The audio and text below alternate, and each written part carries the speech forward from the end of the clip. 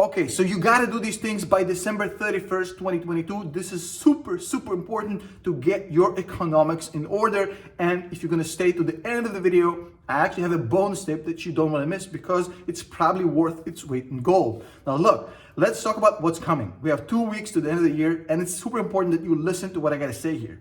Because I'm hearing a lot of New Year's resolution being made.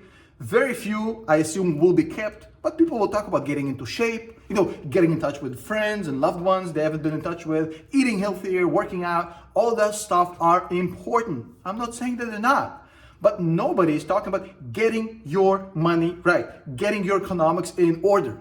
Why? I mean, this is just as important as getting into shape, trust me. Especially since it seems like 2023 is going to be a year in which a recession is going to hit us very, very hard. Things in 2023 will not be better. They will be worse. Look at the housing market. It's down 35% less new home sales year over year. Blackstone hitting redemption caps, selling properties. Look at the job market. The Fed is about to push it to 5% unemployment. Look at the personal savings rate as a percentage of DPI, of the disposable personal income. The lowest we had since November 2007. Every single indicator out there, including the Fed themselves, are telling you 2023 is going to be very, very bloody. Why would you not prepare for this? Why would you just ignore it and hope it's not going to happen? And guess what? If you do what I tell in this video, as far as your own personal finance, you're not only going to be preparing for a recession. If the recession doesn't come, all of this advice I'm going to give you in this video, and yes, this will be advice, this isn't going to be in any way, shape, or form negatively impacting on you.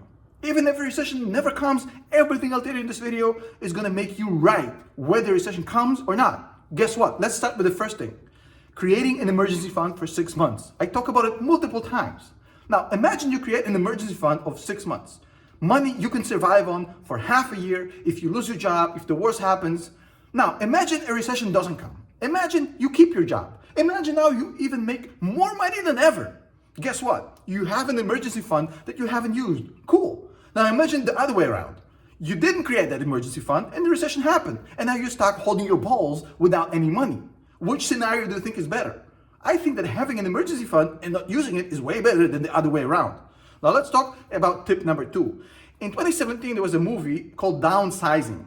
I believe it was with Matt Damon. Basically, he shrunk himself and he went to live in this community of shrunken people in shrunken homes. Now, the reason I'm reminding myself this movie, because this is the second tip, is basically downsizing. You have to downsize everything right now before the shit hit the fan. I was trying to get demonetized in this video, but I think it's too late.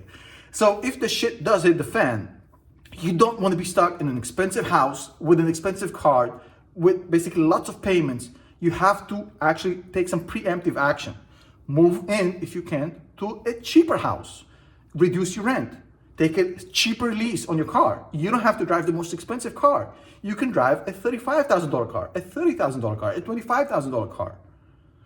Get your money right. If you reduce your rent and your car lease payments, that's huge going forward into a recessionary year.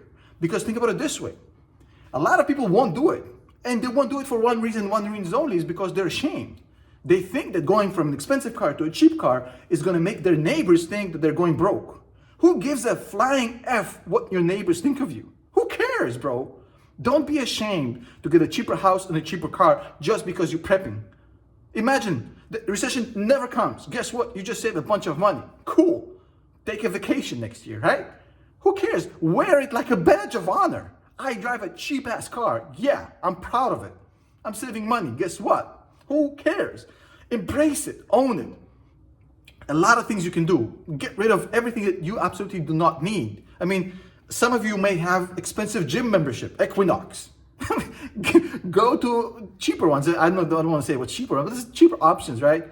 There's a lot of things you can do to reduce your monthly expenses. I mean, there's no need to spend all this money if you know things are going to go bad. Now let's talk about tip number 3. Tip number 3 is super important, which is budgeting. Now, budgeting is super important, but even more important than budgeting is actually making sure you're on track. You gotta be your own boss. Create your budget. Make sure you understand how much money you're bringing in every month, how much money you're spending every month. And make sure you plan ahead for the next year exactly how much you want to spend, how much you want to bring in. And every month, You make sure you stay on track. And if you actually stray away from it, try and figure out what happened so it doesn't happen in the next month. Every month, you have to audit yourself. Make sure you stay on budget, because otherwise you have no idea how much money is coming out or coming in. Now, this leads me to my next point, which is save, but save methodically. Don't say, I'm going to save money. You have to decide how much you want to save each month and be methodical about it. In fact, I urge you to actually create an automated transfer from your checking account to your savings account every single month, just to force you to do it. Make sure you understand exactly how much you want to do it. And you know what? You're going to thank me later, because that way you're guaranteeing yourself you're not in that percentage of people not saving. Right now, people's savings are about 3% of the disposable income. We were at 14% just a year ago. People are burning through their money right now, trying to maintain some sort of lifestyle, not saving, because they don't know what's coming.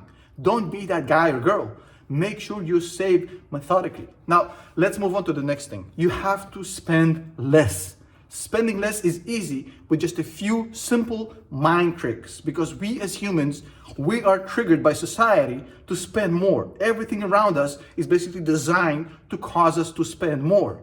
Advertisements, product price placements, all this stuff. Hey, here's a few tips for you to spend less. Number one, make sure when you go and you shop based on a list. That way you don't get tempted. You don't make any impulsive purchases and emotional stuff. Get a list, go get your stuff, get out of the shop.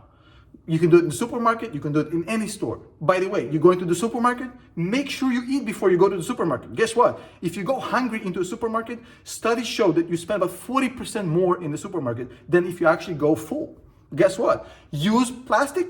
No. Use cash. Yes. If you use cash and your brain sees you're spending the money and the money going out of your wallet, it's much harder to spend that money than clicking some plastic button or swiping some plastic card that means jack shit. Casinos do it to get people to send more using these chips. Why do you think there's no money in a casino? The same thing. Do not use credit cards. Use cash. Use coupon codes like the one we have for Stock MVP, by the way. Stock MVP is right now 50% off with Christmas 50 for the next 2 days. You can use that, but that's not the point of the video. Now, that's going to be in the link below if you want to use it, but that's really not the point of the video. Let's move on. Let's talk about the final point here. Now, we've covered budgeting, we covered spending less, we covered savings, we covered having an emergency fund, we covered all of these things. Now I want to talk about the most important part. Prepare yourself emotionally, but also financially to what's coming. Now, you have a job, you have a business, you're making good money right now. That's great. Nothing is guaranteed for the next year. Nobody knows what's going to happen. Nobody. Make sure you create a plan B, create a side hustle, which can bring in money if you need it. If you lose your job, if your business goes down the toilet, if now you get a pay cut, whatever. If you have a skill, you can teach it. You can take your skill, be a freelancer online on Fiverr or other apps that provide that.